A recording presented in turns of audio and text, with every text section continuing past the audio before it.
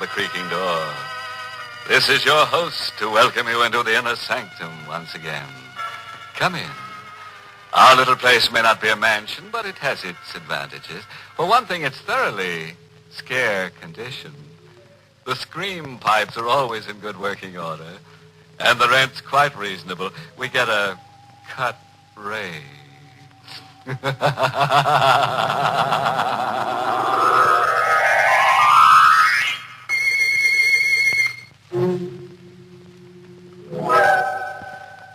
Well, you've had your warning. Whatever happens from now on, you asked for. Just be sure the family is provided for.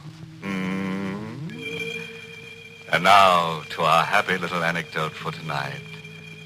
Birdsong for a murderer. My name is Carl Warner. I'm not a young man any longer, but I don't mind that. I wasn't very happy when I was young. Now, well, at least I'm not unhappy. And late at night, after Elaine has gone upstairs to bed, she's my wife, and she's very pretty and younger than I am, and perhaps I made a mistake in marrying her, but, well, anyway, late at night, I go into the room where I keep the birds, and then, listening to them sing, I get as close to happiness as I can expect. I stay an hour, and then I cover their cages. And then they know it's time to sleep. And they sleep. Even on the stormiest of nights. And this was a stormy night. Someone knocked at the front door. It was late. We know very few people. We kept to ourselves, mostly Elaine and I, so I was worried a little when I opened the door. Yes? Mind if I come in, Mr. Warner? It's kind of damp out. No, of course not. You seem to know me. I do, don't I? But I don't know you. My name is Brule, Chester Brule. Chester Brule. I still don't know. Remember? It doesn't matter. What did you want? Nice place you got here. Much nicer than Cragmount. Cragmount? Cragmount Asylum for the insane. You work there? I used to work there. This is all very interesting. Funny thing happened just before I left. One of the inmates escaped. This baby was a homicidal maniac. Homicidal? Yeah, that's right. I don't see what all this has to do with me. I didn't say it had. There was one funny thing about this inmate. Was there? Loved canaries. Loved to listen to them sing. Psychiatrists at Cragmount found it very interesting. Birdsong was the only thing that kept the murderous impulses down. Mr. Warner, I'm out of work. That's too bad. You're not doing badly. Nice house, furnishings. Didn't I hear canaries singing before I come into the house? Maybe you did. So, 5,000 in the morning? No. I think yes. Otherwise, Cragmount will be happy to hear from me. 11 Crescent Place, room 2B, in the morning. You can show me to the door now. Of course. Good night, Mr. Warner. Till we meet again. I watched him go out into the blackness, and the blackness swallow him. The birds were quiet.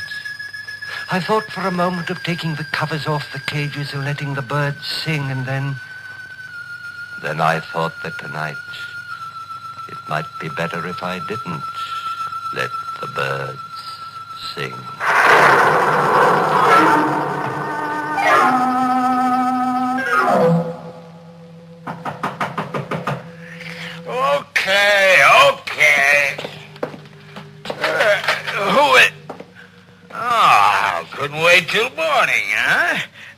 didn't expect it. Wait, that knife, no! Ah! I shouldn't have let it. Surprise! Ah!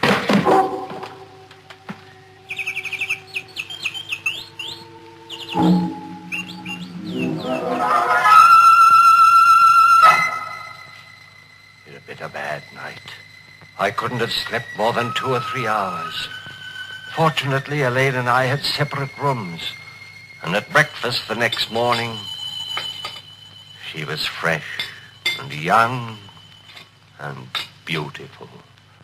Carl? Huh? Why are you staring at me in that funny way? Nothing. You really shouldn't read at meals. Oh, it's only the paper. So many exciting things happen. I can't wait till I get to them. Still...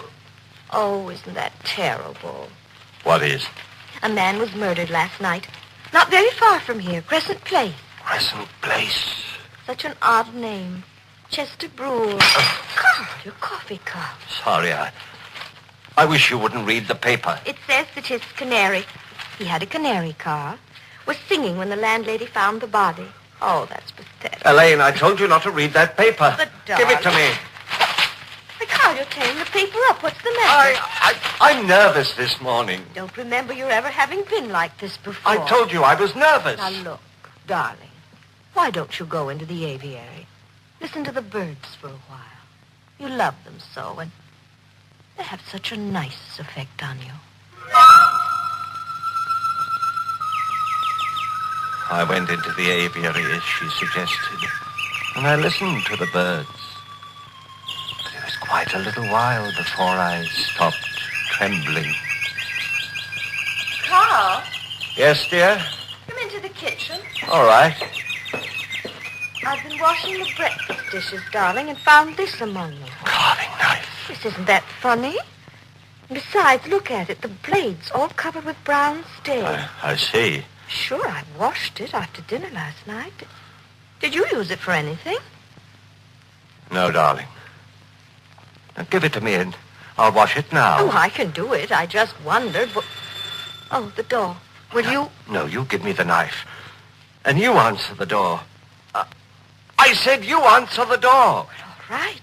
There's nothing to shout about. I don't know what's the matter with you this morning. I washed the knife. Quickly, but carefully. Very quickly, but very carefully. It didn't take long. The stains hadn't hardened much. The brown stains. Carl, Yes? someone to see you. A man. What does he want? He didn't say, except that it was important. I'll go see him. He said he's a lieutenant. A Lieutenant Gregg. From the police. There are 17 steps between the kitchen and our living room. I know because I counted them while I was walking to see Lieutenant Gregg of the police. 17 steps to make my face polite, relaxed, smiling. But would I be able to hide the trembling of my hands? You're Lieutenant Gregg. My wife said you wanted to see me. Yes, that's right.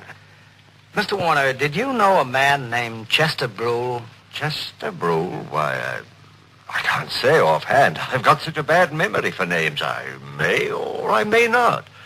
Why? He's murdered last night. You see, we found your name and address in Brule's address book. I see. We thought you might be able to help us. Well, the fact that my name is in his address book doesn't mean... Prove that... anything? Well, of course not.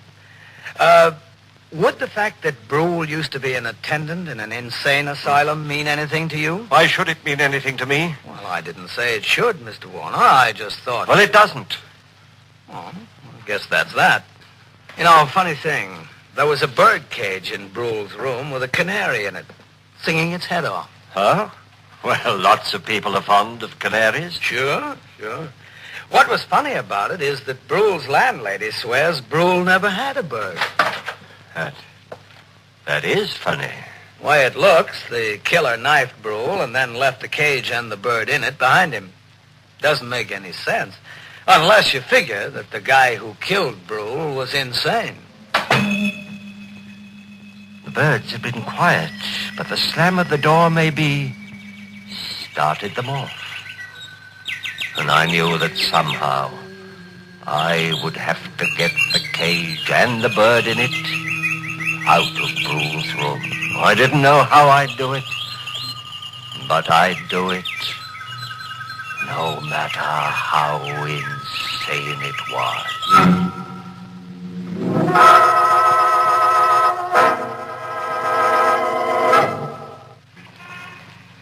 It was dark when I got to Crescent Place. Dark on a lonely street. There was no one in front of the house. Nothing to show that a man had died inside the night before with a knife in his throat. The door was open. There was a dim light in the vestibule, leaving the stairs beyond in darkness. I went up them to the second floor. There was no one in the corridor. The door of 2B opened, and I went in. There was no light. The moon cast a pale glimmer over the room, and someone in a chair near the window. For a moment I thought it was Brule, but there was no blood. And then I realized it was a policeman in uniform, asleep. The cage was near the sleeping man. Would his sleep be sound enough? I reached out, lifted the cage, reached the door, and closed it. I was safe. Carl? Yes? Oh, I'm so glad you're home. That Lieutenant Gregg is here again. Gregg? Where? In the bird room. Why did you take him to the bird room? He asked me to. All right. Oh, Lieutenant Gregg? Oh, hello, Mr. Warner. Quite a collection of canaries you've got here. Yes, I have. Were you home all last night? Of course. This is still about Chester Brule's murder? Mm-hmm.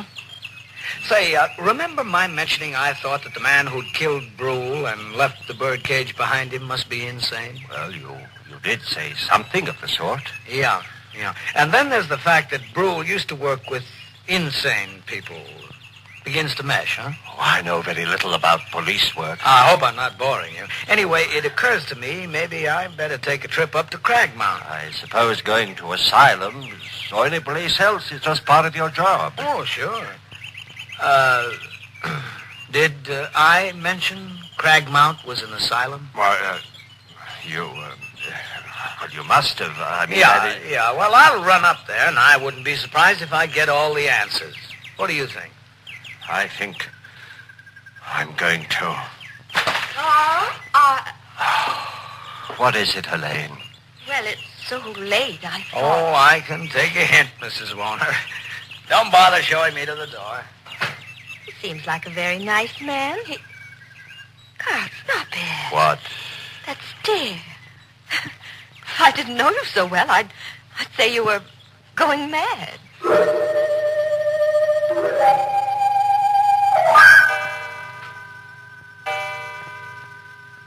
Go to bed, Elaine. All right, darling. Oh, Carl, look. Look at what? Through the window, the garden. Lieutenant Gregg didn't go away. He's down there. Get away from that window. Go to bed. Not going. But he looks as if he's waiting down there for something. For what, Carl? I knew what he was waiting for. I knew I mustn't go to sleep. Things happen when you sleep. Terrible things. But I hadn't slept well the night before. Not well at all. And there'd been the strain of the day. And it was night now, and Ah, still. Terribly still.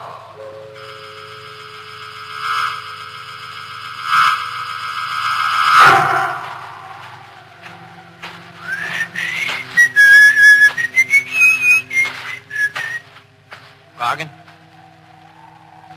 Gargan? Yeah. Oh.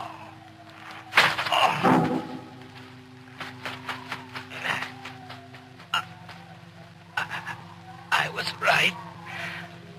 Was right, only it wasn't Gargan. Oh.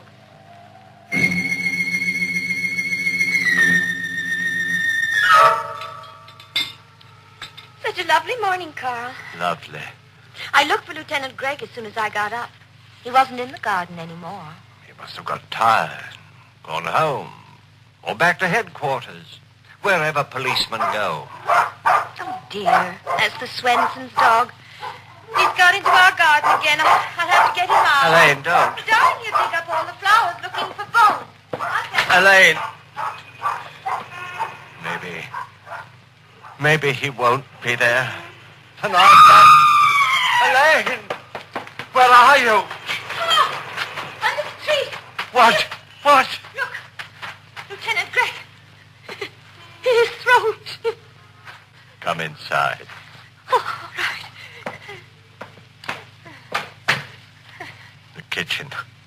Carl, where are you going? The kitchen. What are you doing? The drawer. Silverware. Yes. It's here. The carving knife. That's right. Carl, I thought you washed it last night. I guess you didn't. You'd be wrong. I did wash it last night. But the stains are still there. The brown stains. These are fresh ones, Elaine. Get out of my way. But... I've got to go to the bird room. Carl, please don't go away from me. Carl! I was holding the carving knife in my hand. Started to put it down, and then I held on to it anyway. It would make taking the covers off the cages awkward, but I held on to it anyway. And the birds were still. They remained still unless I took the covers off. Elaine. Carl, you must tell me what's wrong. Don't come any closer. But... Elaine, please, not any closer. You've got that knife in your hand. Yes. The one with the brown stains. Oh, Carl. Shh, don't say anything. Carl, the night before last... Elaine, don't ask questions. That's dangerous. You were out of the No. house last night when Lieutenant Gregg was I was killed. asleep. You have the knife, Carl. Yes. Give it to me. No. Please, Carl. No, stay where you are. All right. You may keep the knife.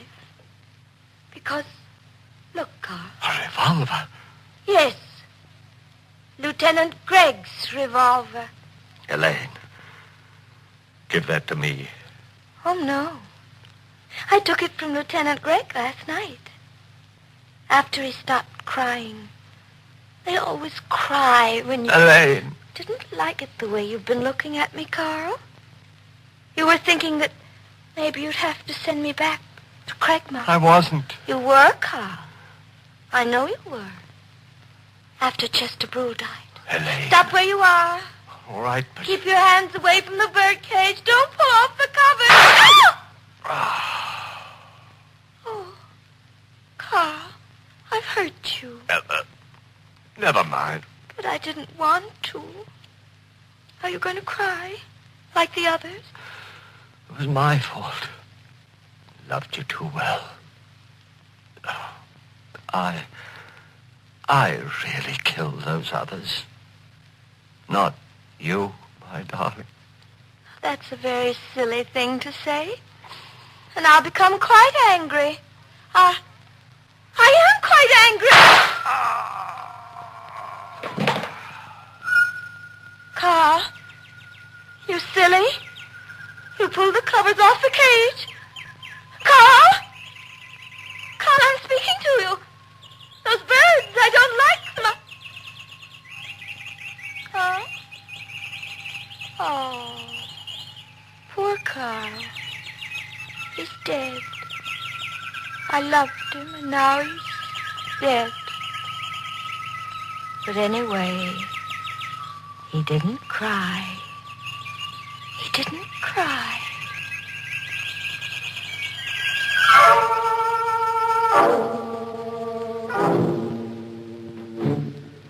Well, there it is.